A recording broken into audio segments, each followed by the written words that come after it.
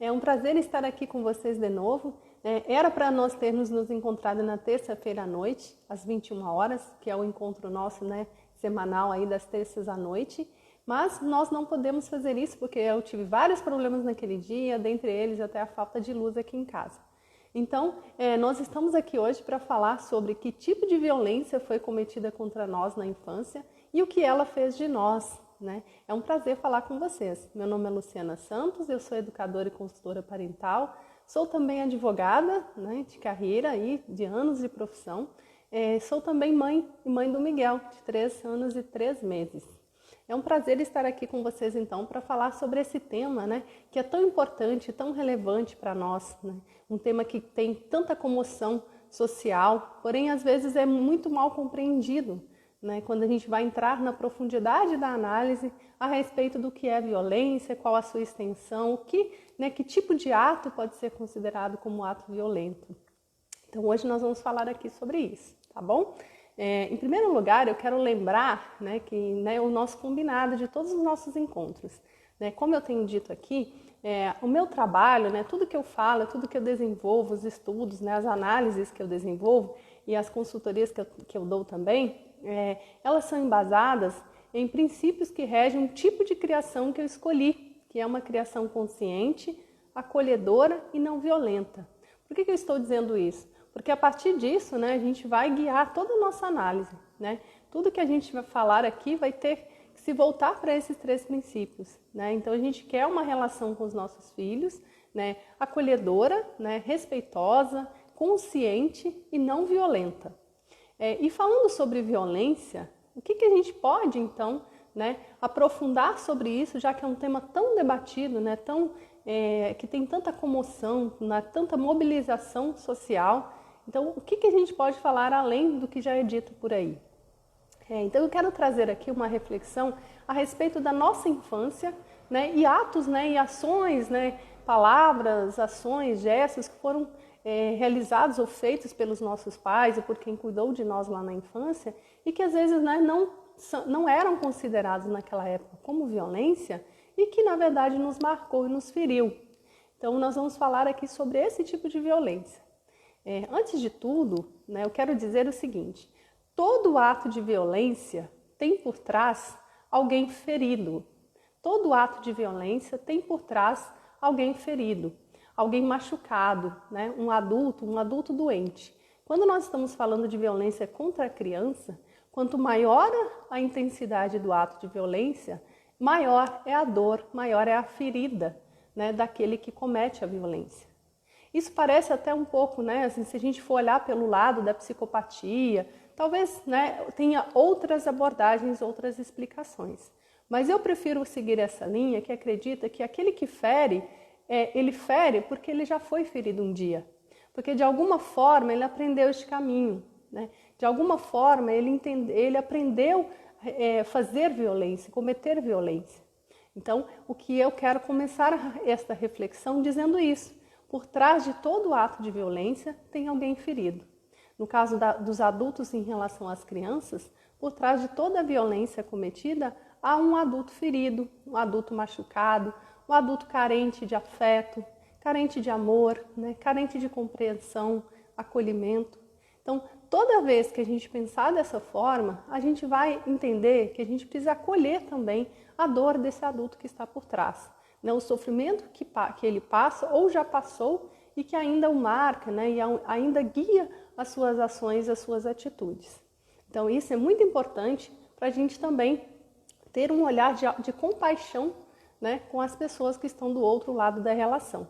Porque no dia a dia, quando a gente se depara com um ato de violência, às vezes é muito comum a gente ver uma repreensão ou repreensão daquele que cometeu o ato de violência. Mas a gente deve pensar também que tem essa possibilidade de ser alguém muito ferido, alguém muito machucado, que está apenas repetindo um padrão que foi aplicado com ele. Então vamos lá. Violência, o que é violência, em relação à criança, de onde vem além da preocupação natural de todos nós como seres humanos, nós temos também do ponto de vista legal, um conceito, né, uma determinação a respeito da não violência contra a criança e o adolescente. Isso vem lá da nossa Constituição, né, da Constituição Federal de 1988. Ela traz lá nos seus dispositivos uma definição do que seria a violência. Na verdade, né, como toda lei, ela acaba sendo muito genérica, né, e pouco específica, né, não aprofunda e não exemplifica exatamente o que é a violência. Mas basicamente fala em negligência, discriminação, exploração, crueldade e opressão. Fala também em violência, né, que é uma violência em sentido estrito, que talvez a gente possa considerar aí a violência física, a violência sexual. E o Estatuto da Criança e do Adolescente, com o objetivo de clarear isso, na verdade acabou repetindo o mesmo conceito, então traz essas mesmas expressões, né, para dizer que todos esses atos cometidos contra a criança e adolescente são considerados criminosos, né? Se a gente for, vai estar também lá no Código Penal como atos criminosos, né? Crimes passíveis de punição. Só que, quando a gente fala de violência física, ou, né, no caso do abandono, o abandono material, que também é caracterizado como um crime, quando a gente fala desse tipo de violência, ou também da violência sexual, é mais fácil a gente, né, encontrar, visualizar do que se trata, né? Até pelo fato de que a gente, né, tem essa cultura de trazer essa exemplificação da violência nesse sentido, ou a violência física, que é a agressão, né, aquela que viola a integridade física da criança, ou a violência sexual, ou o abandono material, né, que é, no caso, deixar uma criança sem o atendimento das suas necessidades básicas, vitais, né, aquelas necessidades que a mantém viva. E aí, a gente vai, então, explorar um pouco mais além, né, desse tipo de violência. Seriam a negligência, a discriminação, a exploração, a crueldade e a opressão. Além da violência física e da violência sexual, esse tipo de violência também fere e fere muito, né?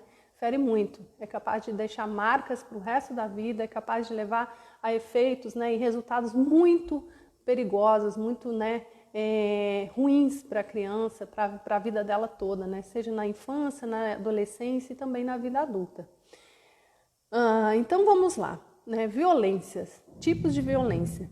A gente tem então a violência física, a violência sexual, o abandono material, e aí eu quero falar um pouquinho também sobre o abandono afetivo, que é uma coisa assim que ainda é muito, né, muito pouco desenvolvida, muito pouco clara para todos nós, até mesmo eu que sou da área do direito, o que é exatamente o abandono afetivo, né, e como que se pode reparar isso, né? Até porque essa questão do afeto ainda é algo muito incipiente ainda na nossa sociedade. Não tem, né, ainda nós estamos desenvolvendo essa ideia de que os filhos, né, as crianças em geral, elas precisam, além de todo o atendimento das necessidades básicas de alimentação, dos cuidados básicos de alimentação, segurança, elas também precisam de afeto. Então, o abandono afetivo ainda não é algo tão, né, consolidado, tão claro para todos nós. Mas o abandono afetivo nada mais é do que aquele que deveria dar afeto, abandonar a criança, né, estar ausente, não oferecer aquilo que é esperado que ofereça. No caso, por exemplo, a gente vê algumas discussões, algumas ações judiciais foram para o STJ, que é o Superior Tribunal de Justiça, que é o tribunal máximo ali, um dos tribunais, né, superiores da nossa justiça brasileira, que tem ali o STF e o STJ. Algumas dessas discussões foram, né, ao STJ, e lá no STJ acabaram tendo algumas decisões, né, algumas em sentido favorável a, por exemplo, a reparação do abandono afetivo por meio de indenização, e outras não favoráveis a esse tipo de decisão, né, esse tipo de procedimento. Mas o fato é que o abandono afetivo, as causas, né, os efeitos que ele causa na vida das crianças, na vida de quem é vítima desse tipo de violência, são efeitos muito ruins. E a gente vai ver um pouco mais adiante. Mas poderia ser considerado aí, né, dentro do que a Constituição fala, de crueldade, né, de negligência, porque à medida em que o afeto é algo essencial para a vida saudável, para a vida plena, para a vida digna de uma criança, né, de uma pessoa, aquele que deixa de oferecer, né, o afeto que é obrigação dele oferecer, né, deveria então ser considerado então como um ato criminoso, né? E aí, como a nossa justiça ainda está engatinhando nesse assunto, ainda está sendo algo muito, né, incipiente, com poucas decisões favoráveis no sentido de realmente, né, punir aquele que comete esse tipo de violência. E aí a gente não está falando só da punição, por exemplo, da prisão ou algo do tipo, mas também de fazê-lo reparar este dano. E às vezes reparar, como não tem como voltar no tempo, né, de voltar e oferecer todo aquele afeto que foi negligenciado, que foi negado, né, por anos e anos, ou às vezes, né, durante uma vida toda, a justiça poderia permitir a reparação por meio de indenização, mas ainda é algo muito incipiente, muito pouco acolhido pela justiça. São poucas decisões isoladas que aceitam esse tipo de pedido de reparação. Infelizmente, né? Porque se a gente for pensar, é um ato de muita crueldade. Mas também, como eu acabei de dizer, não podemos esquecer que por trás desse ato de crueldade pode ter sim um adulto ferido, né, um adulto machucado. Mas o que a gente pode ter como adulto, né, é o seguinte: a criança ela não tem a maturidade para as escolhas que o adulto tem. Então, se o adulto é ferido, o adulto é machucado, o adulto tem uma história de abandono também com ele pode escolher fazer diferente. Ele pode escolher fazer exatamente o oposto do que foi feito com ele, né? Parece assim, e se ele está tão inconsciente, tão machucado? Desculpa, gente. Desculpe. E se ele está tão machucado, né, e tão ferido, que ele se torna até incapaz de tomar essa decisão? Pode ser sim que isso aconteça, né? Mas o que a gente pode dizer para este adulto é que ele deve procurar cura, procurar ajuda. Porque de alguma forma alguém chegou até ele dizendo, né? Alguém chegou até ele pedindo ou falando sobre a necessidade de ele dar afeto para aquela criança. Mas às vezes, ele opta por seguir, né? Sentindo a sua dor, né? Sofrendo com aquela sua dor, com aquela sua ferida, ao invés de tratar e oferecer à criança aquilo que ela tanto precisa, né? Ele acaba propagando, né? Continuando, né? A violência que foi cometida contra ele, através da criança que está ali precisando dele, né? Precisando do afeto dele para a sua subsistência, para a sua sobrevivência, né? Emocional, para a sua saúde emocional, e ele negligencia, ele nega, né? Então isso é um ato de violência. E é um ato de violência que, na minha opinião, a justiça já deveria ter acolhido de forma mais firme, mais dura até. Bom, então, além da violência física, sexual e o abandono material e afetivo, a gente vai para a violência emocional, psicológica, ou o chamado abuso emocional, né? Aqui eu quero fazer antes de tudo, uma lembrança seguinte, gente: violência é violência, não importa, né, o tipo de violência, né? Qualquer tipo é violência, não existe gradação de violência. Isso é a minha opinião, tá, gente? A minha opinião é de que não existe gradação de violência, ou violência pior ou melhor, ou menos ruim. Todo tipo de violência gera ferida, e ferida não foi feita, né, para ser oferecida a nenhuma criança, né, dada a nenhuma criança, a nenhum ser humano. Então, todo tipo de violência, para mim, tem o mesmo peso. E o efeito, às vezes, gente, é igual ou até pior, né, do que a violência física. Às vezes, a violência psicológica, emocional, ela pode trazer um efeito, às vezes, muito pior do que a violência física. Mas assim, não estou dizendo também que devemos cometer violência física.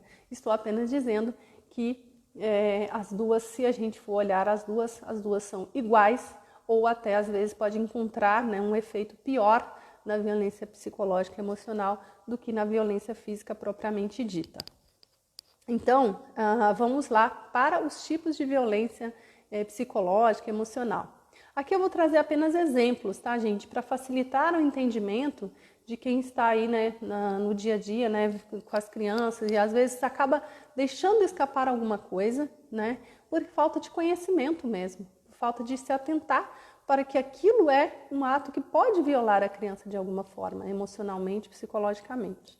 E aqui eu estou falando de tudo isso para mostrar que isso também foi cometido contra nós, né? Às vezes a gente está na inconsciência a respeito disso, e aí isso faz com que a gente acabe, né, repetindo por não saber que é violência, por não saber o efeito que causou em nós, por não saber a dor que estamos convivendo com ela e que ela tem origem lá naqueles atos de violência que a gente não tem nem conhecimento, porque é tão forte na sociedade, né, aquele tipo de prática que a gente já não reconhece mais como algo errado ou algo que machuque ou algo que seja violento.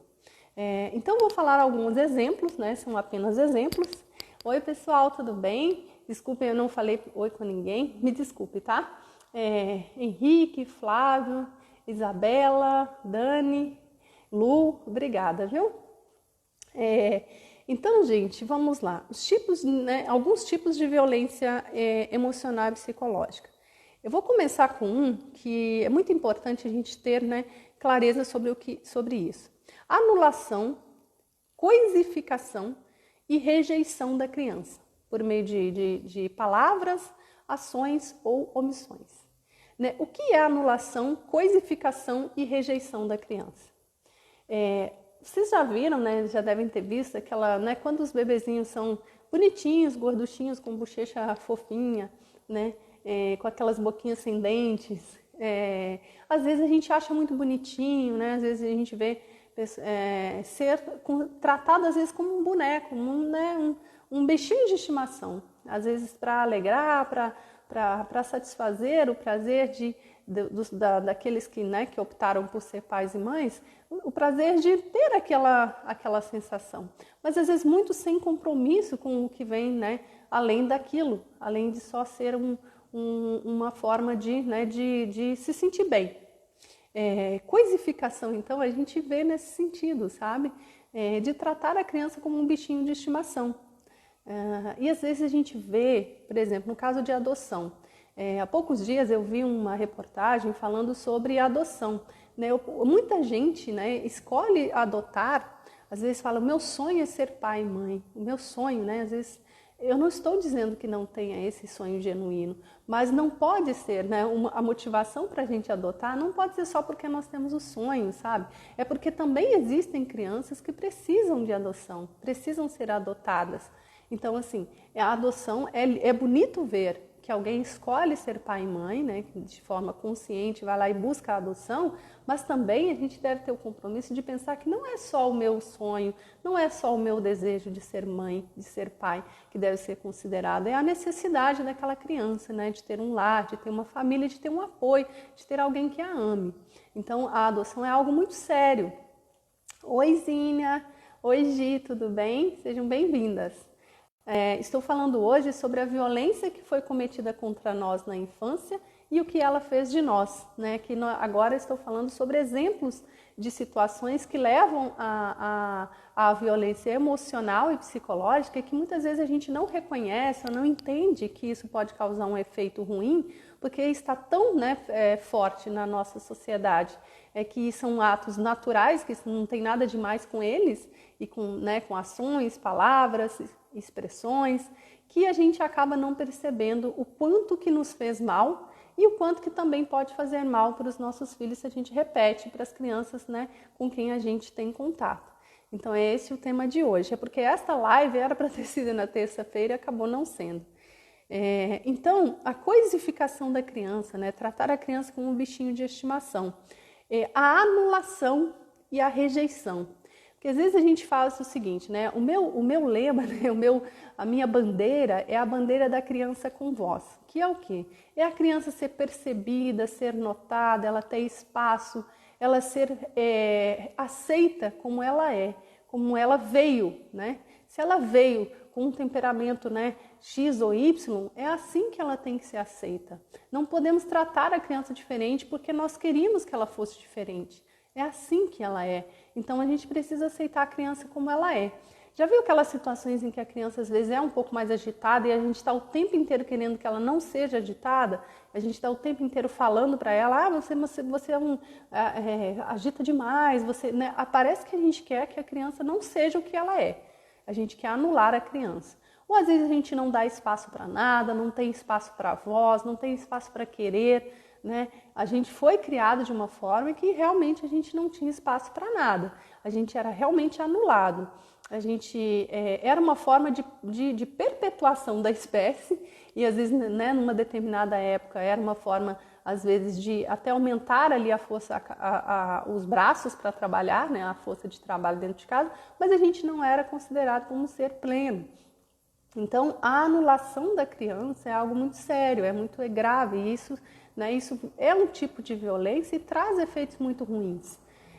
A outra coisa é a rejeição, né? Se a gente tem ali um filho que que tem um temperamento mais explosivo ou um temperamento mais recolhido, às vezes é mais tímido e a gente não o aceita como ele é, a gente está o tempo inteiro querendo que ele seja diferente, a gente está rejeitando o que ele é. Então a gente não está aceitando, a gente está rejeitando e a gente está anulando aquilo que a criança é. E então tem pais que não gostam do que a criança é e às vezes ficam o tempo inteiro querendo mudar. Nós podemos às vezes cometer esse tipo de, né? A gente faz isso às vezes de forma inconsciente.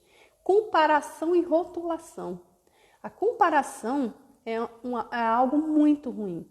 Né? A gente vai falar sobre os efeitos depois, mas pensa, né, lá na nossa infância, né, quem teve essa experiência de ser comparado com o filho dos outros, né? O fulano de tal já lê, o fulano de tal já escreve super bem e você não escreve. O fulano de tal já anda de bicicleta, o filho a criança tal já sabe, sei lá, já sabe andar de patinete, sei lá, uma comparação o tempo inteiro. Comparação fazendo com que a criança entenda que ela não é capaz de nada, né? Que o outro é capaz de tudo e ela não é. Então, esse é um tipo de violência. Isso viola, né, o emocional da criança, viola a integridade emocional dela. Adultos que tratam as crianças como adultos somente quando lhes interessa. Né? Às vezes fala, olha, você é criança, você não tem opinião, você não tem que escolher nada. Mas em outros momentos quer tratar a criança como um adulto. Por exemplo, assim, que é isso? Para de frescura, isso aí, né? Às vezes a criança está ali com uma dificuldade, porque é própria dela e da época de maturidade dela, e às vezes a gente quer tratar a criança, né, como adulto só porque nos interessa naquele momento. Então a gente quer que ela vista a roupa sozinha, antes mesmo de ela ter aprendido, de a gente sequer ter ensinado.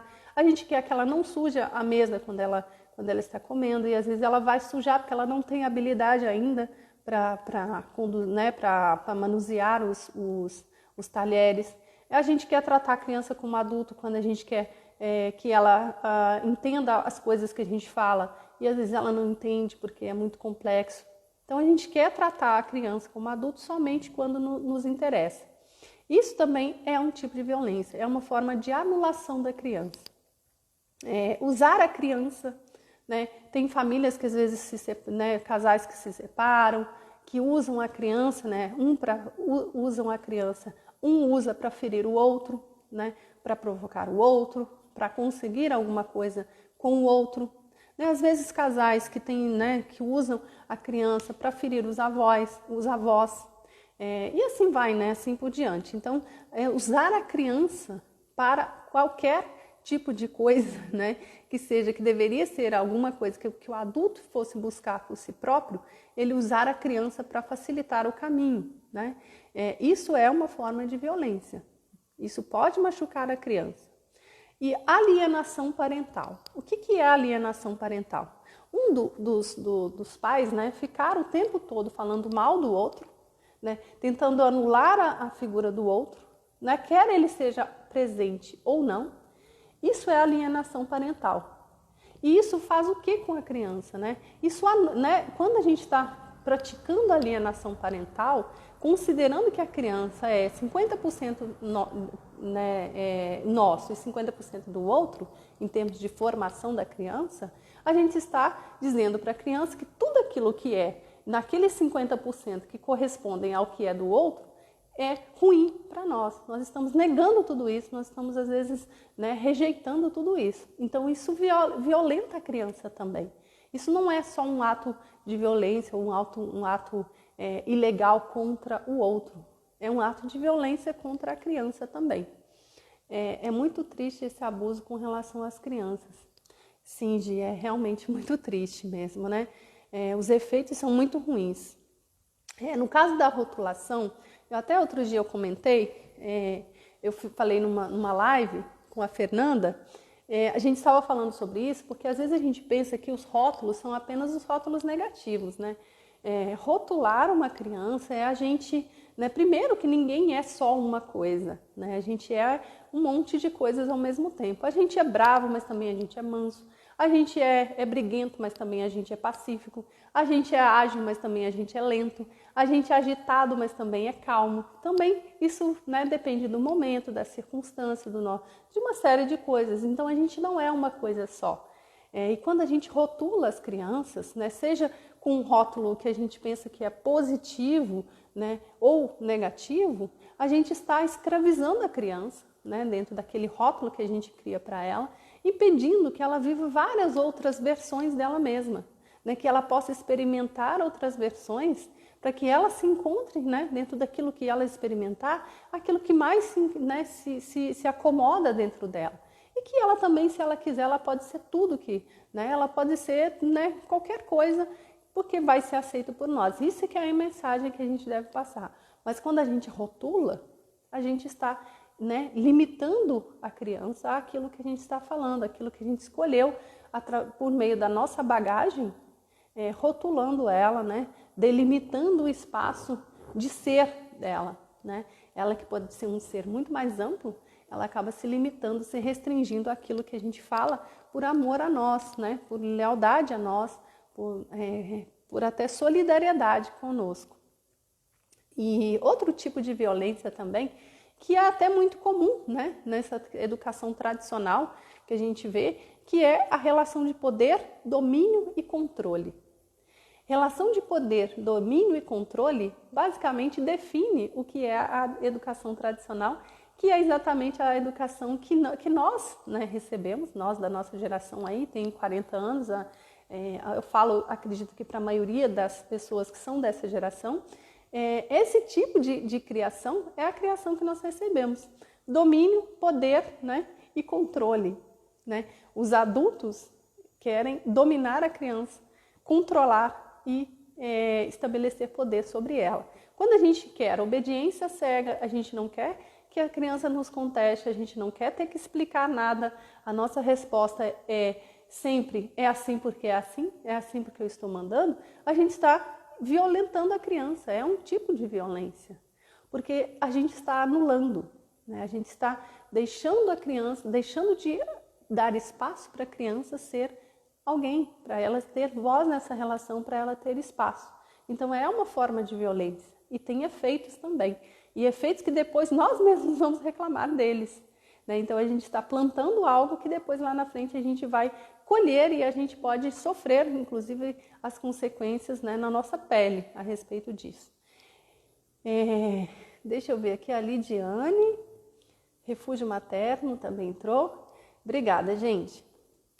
E outra coisa também, né, a negligência.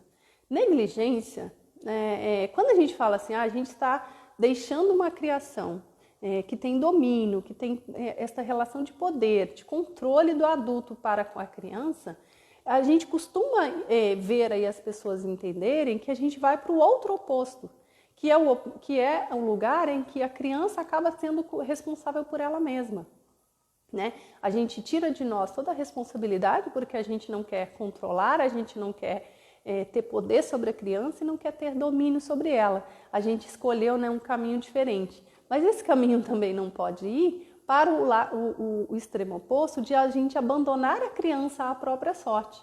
Deixar a criança conduzir a sua própria criação. Né? Que às vezes a gente vê muito isso. Às vezes a criança não tem horário para nada, porque dá tanto trabalho ficar colocando hora que a gente deixa ela seguir a vida dela como ela quiser. A criança não tem hora para dormir, não tem hora para comer, come o que quer, né? E assim, isso é uma forma de negligência, porque nós, adultos responsáveis, que temos condições de tomar decisões para, né, a condução da vida da criança. A gente vai, claro, né, possibilitar a ela escolher dentro daquilo que nós consideramos saudável e bom para ela, e não a gente entregar a criança à própria sorte, esquecer que ela está começando a sua vida, que ela não tem maturidade suficiente para tomar decisões que vão impactar a sua vida toda. Então, a gente abandonar a criança à própria sorte é uma forma de negligência e é uma forma de violência contra ela. Comunicação violenta. A comunicação violenta, né, o próprio nome diz, né, que é um tipo de violência, e a comunicação violenta, gente, ela basicamente está entranhada dentro de nós. Ela está, ela faz parte de nós, porque a gente foi criado assim. É difícil a gente encontrar alguém que não tenha vivido num lar em que a gente falava, olha, criança não tem que falar nada.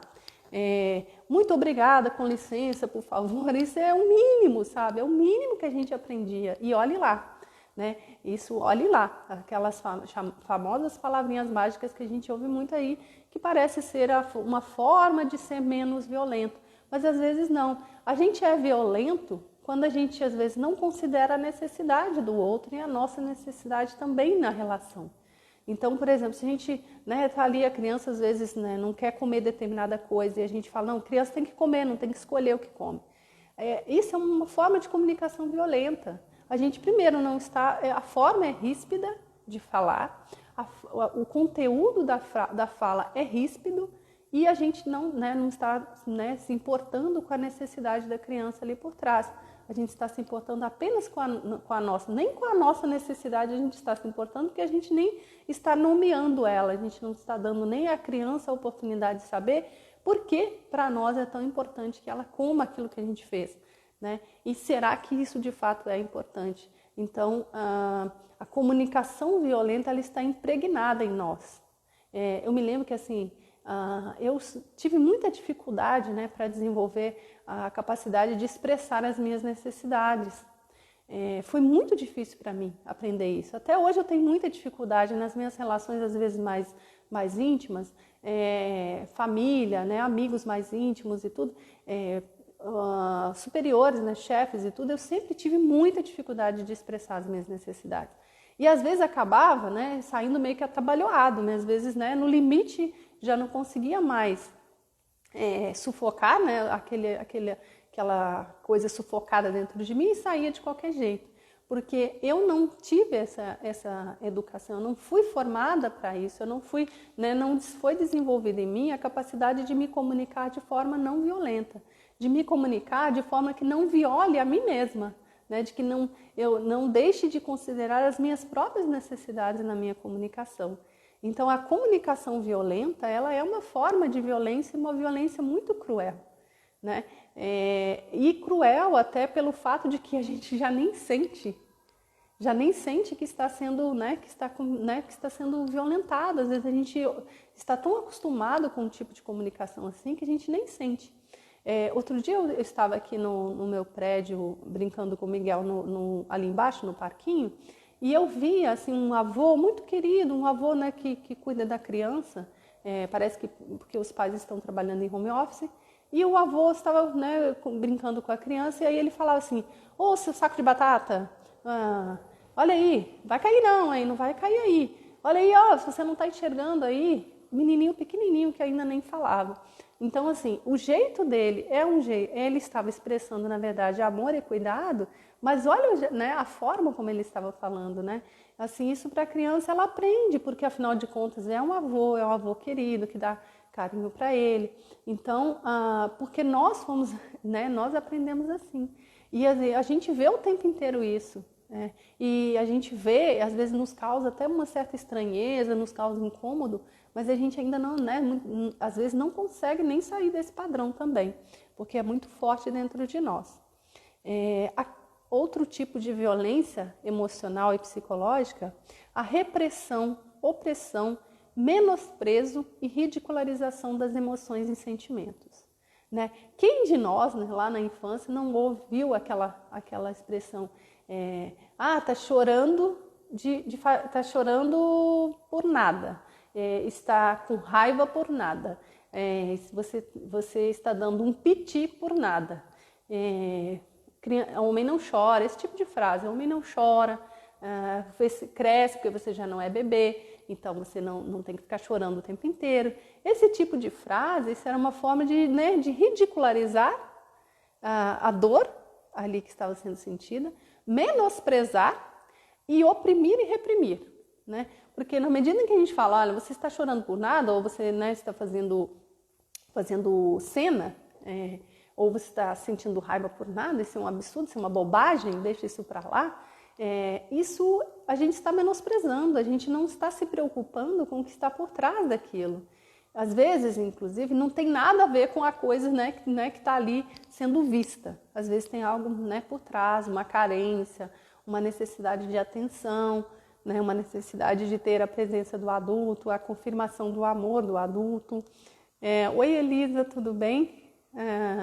Então, esse tipo de ação, né, de atitude do adulto para com a criança, a repressão, a opressão, menosprezar o que ela sente, ridicularizar, né?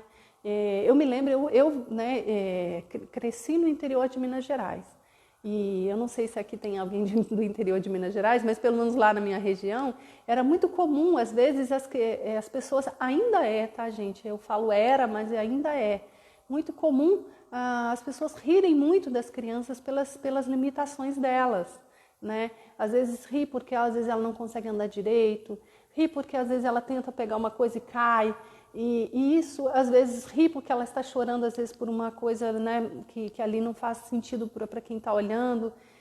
Isso é muito ruim, isso é muito cruel, isso é uma forma, ridicularizar, é menosprezar, né? Você olhar para aquele serzinho pequenininho, né, que está tentando aprender as coisas do mundo, da vida, né, das suas habilidades, e às vezes passar a mensagem para ele de que, olha, ele é ridículo, ele não vai conseguir ou ele não consegue. Né? Eu acho que às vezes a gente sobrevive àquilo tudo, né? Acaba se tornando seres muito, às vezes, pessoas fortes, mas às vezes não, né? Às vezes isso causa muita dor. E a gente vai ver mais para o final os efeitos. Outro tipo de violência, projeção das frustrações ou necessidades do adulto, né, em relação à criança. Né, o que a gente fala de codependência também emocional. Quantos filhos, né, estão aí no lugar de pais? Né? Quantos filhos estão no lugar de maridos e esposas das próprias mães e dos próprios pais? Né? Quantos filhos hoje são responsáveis emocionalmente pelos pais?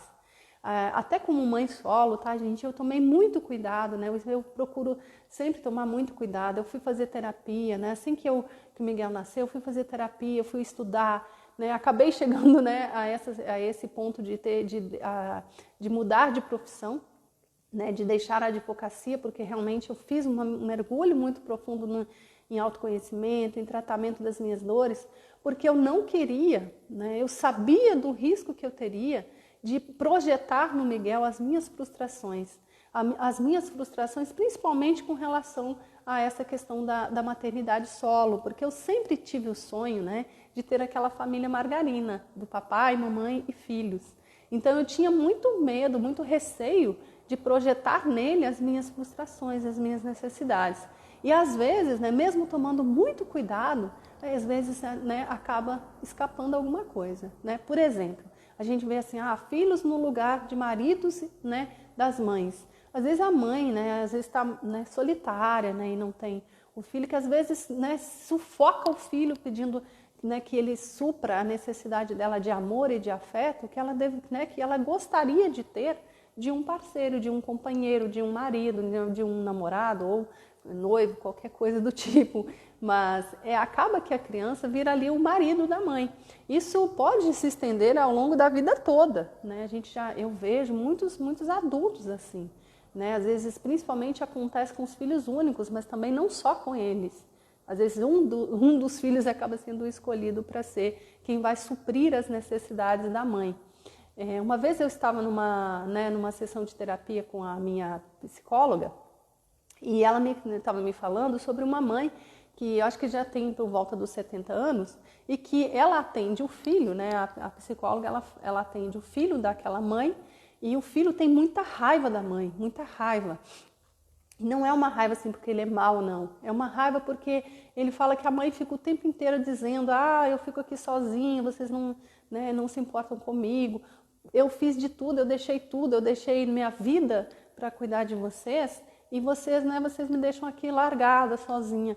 Então, assim, o filho tem muita raiva, ele fala assim: mas por que ela não foi cuidar da vida dela? Eu não queria que ela se dedicasse exclusivamente a mim. Eu não queria, eu não escolhi isso. Eu não pedi para ela ter uma vida exclusivamente voltada para a maternidade. Então, o filho carrega esse peso tão grande, carrega esse fardo de ser responsável emocionalmente pela mãe, e a mãe, né, ela está ali naquele jogo de chantagem, né, de busca da necessidade dela, né, de ser atendida a necessidade dela através do filho. Ela está projetando nele as suas frustrações. E também, às vezes, né, no dia a dia mesmo, às vezes a gente está frustrado com alguma outra coisa que não aconteceu com a gente e a gente vai ali, às vezes, chora, né, com o filho, às vezes por uma coisa que não tem. A gente ser sincero e se abrir com os filhos é algo muito bom, é muito saudável, é muito importante até para a relação. Mas a gente tem que ser claro com essa mensagem, né? E não ficar usando isso daí, às vezes, para comover a criança, né, para que ela se torne responsável emocionalmente por nós. Então, quando a gente faz isso, a gente comete violência contra elas. E o efeito, né, o efeito disso também a gente vai ver mais à frente, mas é muito ruim, né? Marca a criança para a vida toda, pode chegar até nessa situação aí do caso que eu contei do filho que tinha raiva da mãe, muita raiva da mãe por ela ter abandonado a própria vida para cuidar exclusivamente dele. E aí também a chantagem emocional, que também é um tipo de violência. A chantagem emocional é esse tipo de coisa que eu comentei, né? O tempo inteiro a gente usar isso: olha, eu trabalhei o dia inteiro por você e você agora não quer ficar comigo, a mamãe está precisando de um carinho, a mamãe ficou o dia inteiro fora, a mamãe trabalhou o dia inteiro, a mamãe está precisando de um carinho. Tudo bem a gente querer um carinho, a mensagem que a gente deve passar é de que a gente precisa. Mas fazer chantagem, né? Ficar chantageando a criança: ah, se você fizer isso eu vou ficar triste. Ah, se você fizer isso eu vou embora, uma coisa assim, isso é muito ruim, né? Pensar em que alguém possa fazer isso com a gente, isso é muito ruim, ninguém quer uma relação dessas, né?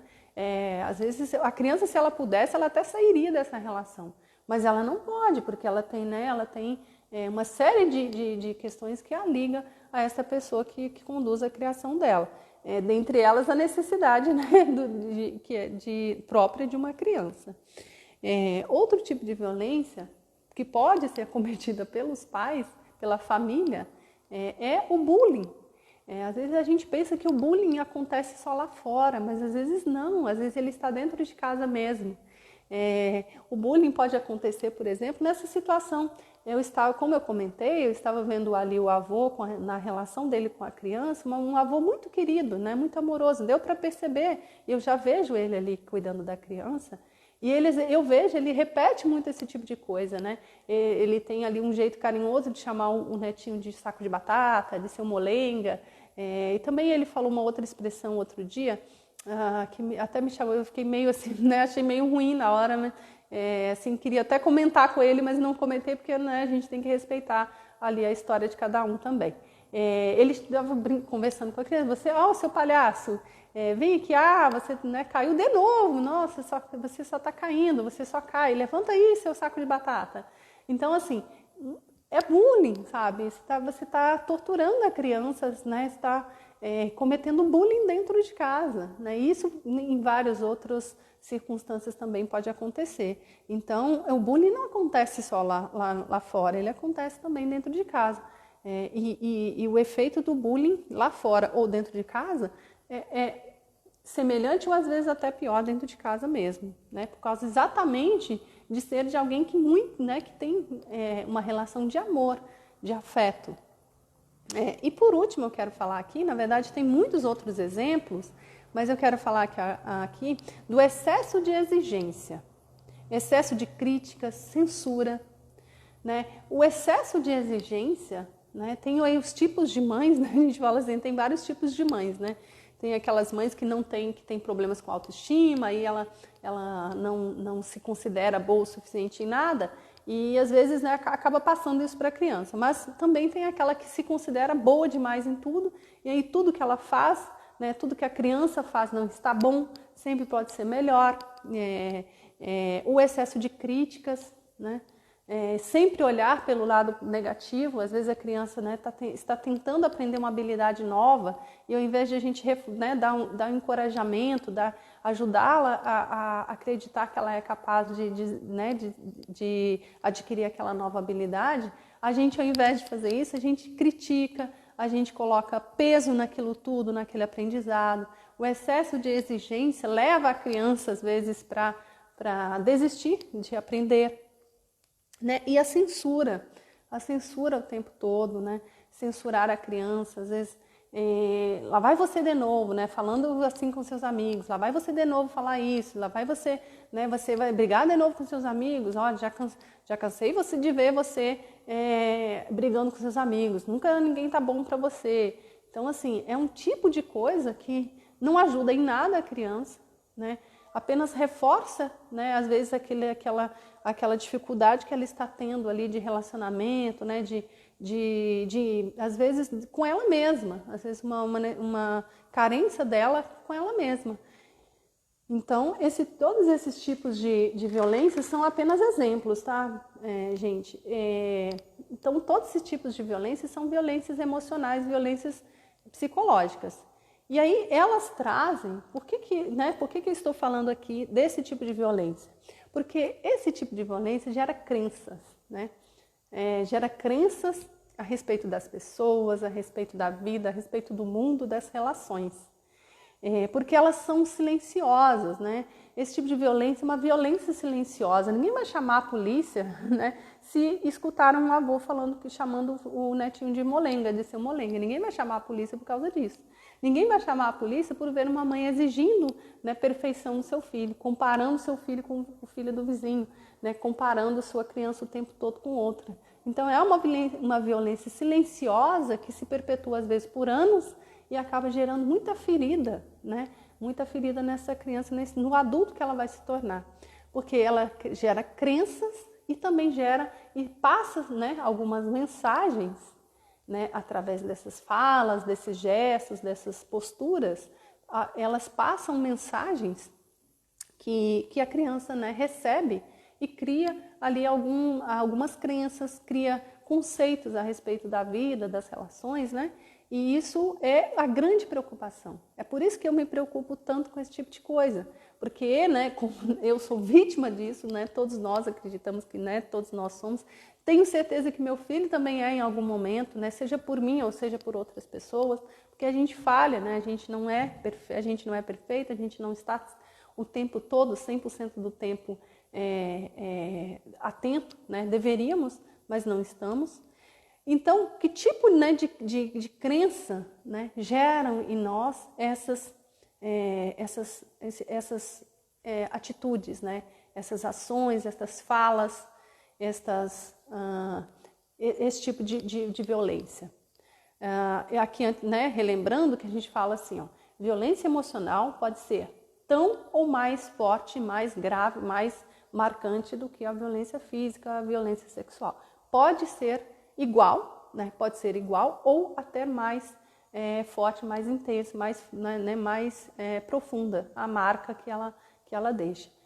Nunca eu acredito que seja menor. Então, né, no mínimo, são iguais as feridas. Então, vamos lá. As feridas que a gente pode identificar, crenças que a gente pode identificar. A primeira delas, a mais tradicional, a mais fácil de ser, né, a mais óbvia, é que todo esse tipo de atitude passa para a criança a mensagem de que ela não é amada. né? Ela não é aceita. Quando, por exemplo, um adulto fala com ela assim, você só faz coisa errada. A criança, a primeira coisa que ela vai identificar, esse adulto não gosta de mim, porque eu só faço coisa errada. E esse adulto, né? Ninguém gosta de quem faz coisa errada. Que eu não sou aceito, porque eu sou assim, né? Eu só faço coisa errada, então eu não sou aceito, porque ninguém aceita, né? Que ninguém vai gostar de alguém que só faz coisa errada.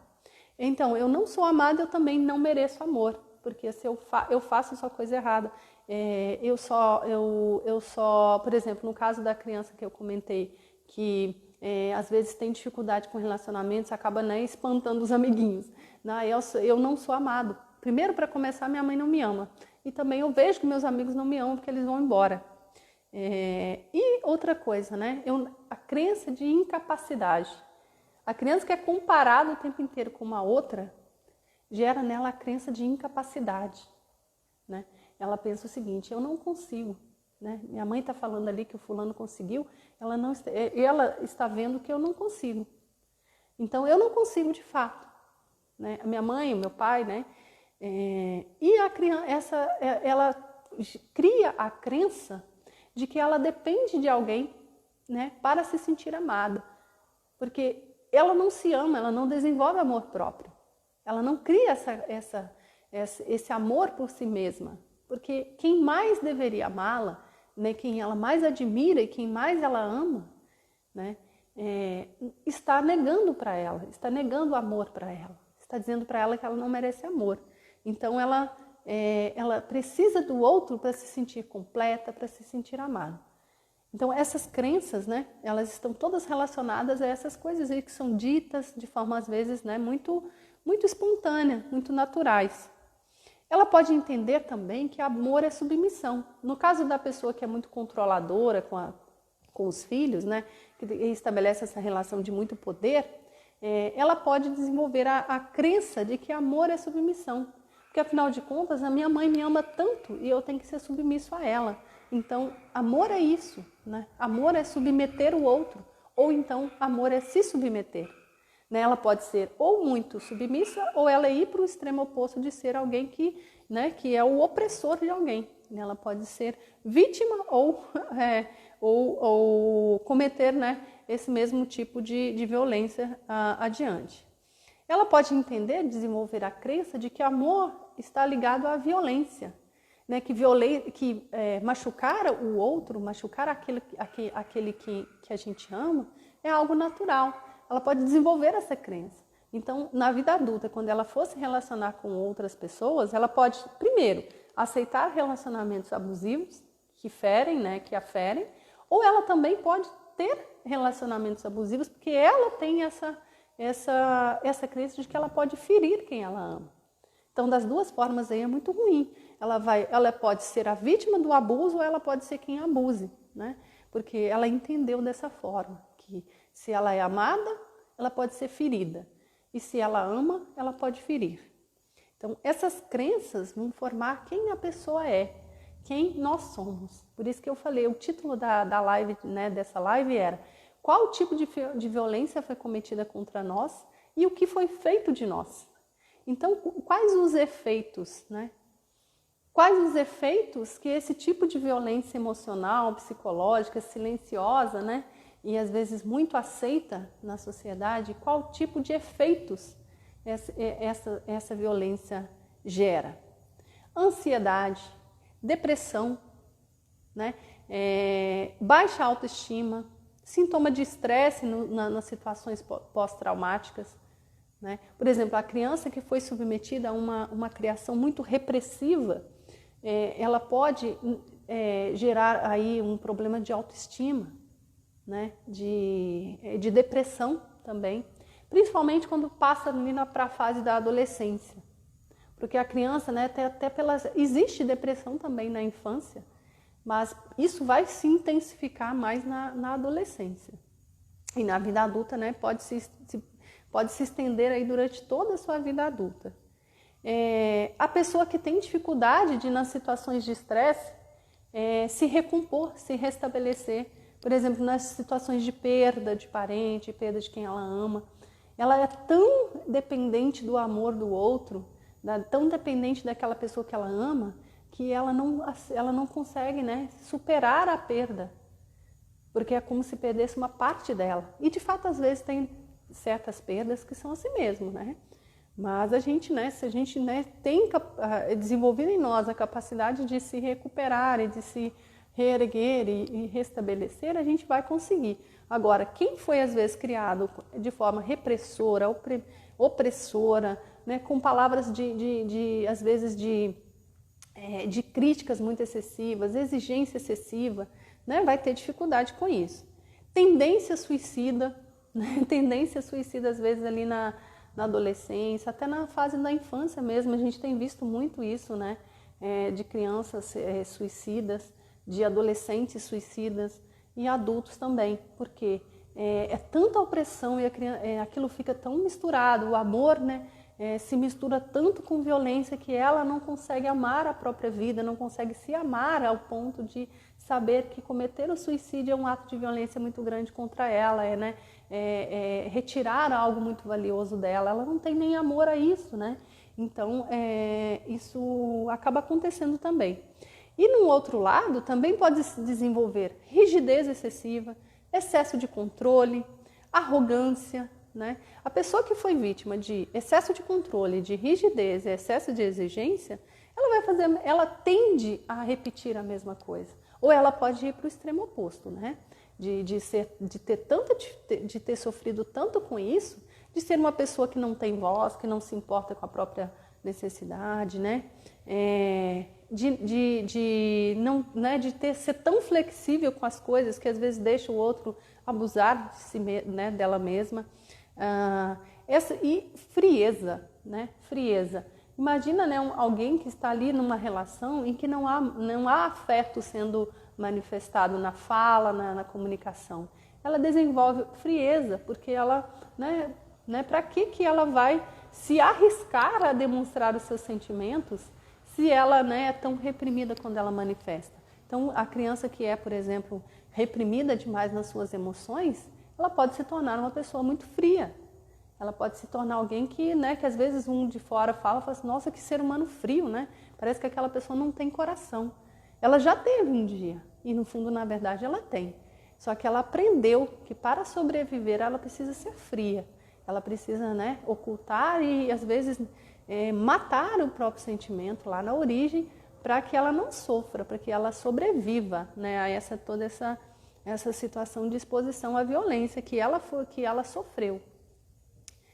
Perfeccionismo, né? Eu sofri muito com perfeccionismo por muito tempo. Ainda sofro um pouco, mas aí, né, na fase aí da consciência a gente consegue controlar um pouco. Porque eu tive, né, essa experiência de ser comparada muito com os outros.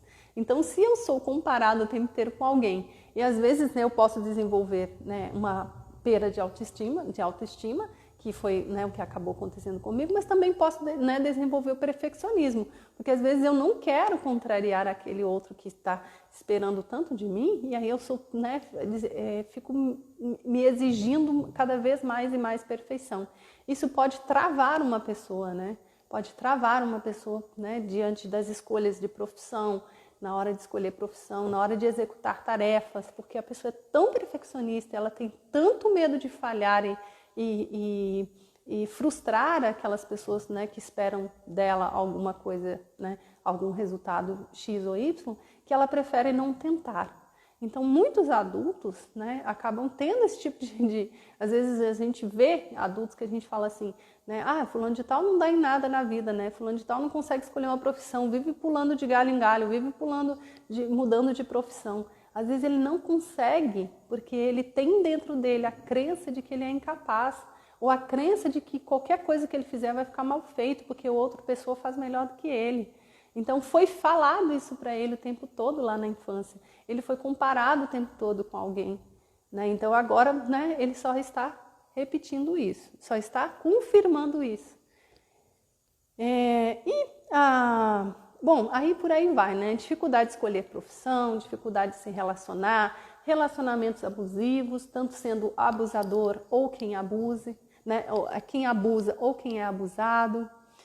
E aí juntando tudo isso, né, considerando que a gente tenha tido esse tipo de experiência lá na nossa infância, né, o que foi feito de nós, né, e como isso dita a nossa relação, as nossas relações, né, com as pessoas. O que isso faz conosco? O que foi feito de nós por meio dessas experiências e dessas crenças que nós criamos a partir dessas experiências, né? Isso, na verdade, muda tudo. Isso define a nossa forma de enxergar as pessoas, né? No caso dos filhos, né? A nossa forma de enxergar os nossos filhos.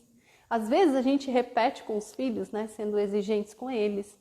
E às vezes a gente enxerga o nosso filho, às vezes, como menos do que os outros filhos das outras pessoas, né? A gente passa a enxergar os filhos como nós éramos enxergados também.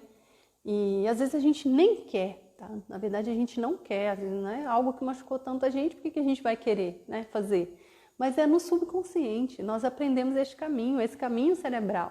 Então a gente faz, né? A nossa forma de amar. Porque pensa, né? Se a gente aprendeu lá com quem a gente amava, com quem amava a gente, que amor está ligado a controle, submissão, essa pode ser a nossa forma de amar também. Essa pode ser a forma de a gente demonstrar amor, né? Então, às vezes, tem um livro que eu comentei, até trouxe aqui nos stories esses dias, que é As 5 Linguagens do Amor, né? Ali o autor, ele resumiu em 5 formas de a gente se sentir amado. E às vezes também tem as formas de a gente amar, né? As formas de a gente amar, né? Em geral, elas vão ser aquelas formas, né? Exatamente as mesmas, né? De alguém que nos amou lá na infância e a forma como aquela pessoa nos amou. Então, se aquela pessoa nos amou, nos controlando, exigindo obediência, nos comparando o tempo todo, nos exigindo o tempo todo, esta também vai ser a nossa forma de amar, é isso que nós aprendemos. Ou nós podemos ir para o extremo oposto, viu, gente? Que é aquela amor, às vezes, meio negligente, né? De quem não, às vezes, fala assim, olha, eu não quero controlar, eu não quero oprimir, eu não quero ter poder, e aí eu acabo indo para o extremo oposto, né? De deixar ali, às vezes, né, sem tomar a responsabilidade que é nossa mesmo. Então, a nossa forma de amar, a nossa forma de ver nossos filhos, nossa forma de ver a relação também. A nossa forma de ver a relação também está relacionada à forma como a nossa relação era lá na infância. Então, como a gente via os nossos pais, como a gente via a nossa mãe, né? Como a gente via a nossa mãe como alguém que controlava a gente, né? A gente precisava perguntar para ela sobre se a gente estava com fome ou não, se a gente gostava de tal coisa ou não. Eu me lembro de uma vez eu ter visto um casalzinho, um marido, né, que perguntou para a esposa se ele gostava de comer jiló, né, isso lá em Minas Gerais. Alguém ofereceu jiló e ele virou para a esposa e falou, fulana, eu gosto de comer jiló. Então, assim, não é porque ele estava velho demais para lembrar se ele comia jiló ou não, é porque ele estava tão acostumado com aquela estrutura de relação em que o outro diz o que ele gosta e o que ele não gosta, que ele perguntou para a esposa. Então, isso era um senhorzinho já, né? Então, os filhos também, às vezes, seguem essa linha, porque eles viram a gente passar por isso lá na infância. E a nossa forma de agir e reagir, né? A nossa forma de agir com os filhos e reagir também, porque as nossas reações automáticas, elas vão ser ditadas por isso aí que é a nossa bagagem emocional, afetiva e também cultural. Então, tudo isso é o que nós somos, é o que foi feito de nós a partir daquilo que a gente vivenciou lá na infância. Então, gente, era isso. Hoje a mensagem era essa. Espero que tenha ajudado aí, espero que ajude vocês a entenderem, né, por que a preocupação com esse tipo de violência, né? Essa violência aí silenciosa, essa violência que passa desapercebida, às vezes, em muitos lares, né, em muitas relações. Eu, às vezes, fico muito chocada e muito tocada, né, por ver isso nas relações, às vezes, né, de pessoas que são muito amorosas, né, muito cuidadosas, mas às vezes fazem sem nem saber que estão fazendo, que estão cometendo violência, que estão marcando aquela criança, porque foram marcadas também, porque são marcadas também. Eu até acho que coloquei um post, não sei se foi ontem ou hoje, falando que os pais que sofreram violência, eles têm a tendência de repetir. E aí eu não estou falando só da violência física, né? Estou falando dessa também. Porque nós aprendemos o caminho, então a gente não sabe a gente não tem outro recurso, é a nossa bagagem. Tá bom? Então é isso, gente. Obrigada e até mais, até a próxima aí. Espero que tenha sido bom esse tema para vocês, tá bom? A gente se encontra hoje à noite, tem live às 21 horas, que a gente vai falar sobre como, né, construir um caminho diferente disso, né, diferente dessa repetição de padrão aí de violência, de comunicação violenta, de relação violenta. Eu espero vocês então às 21 horas, tá bom? Obrigada.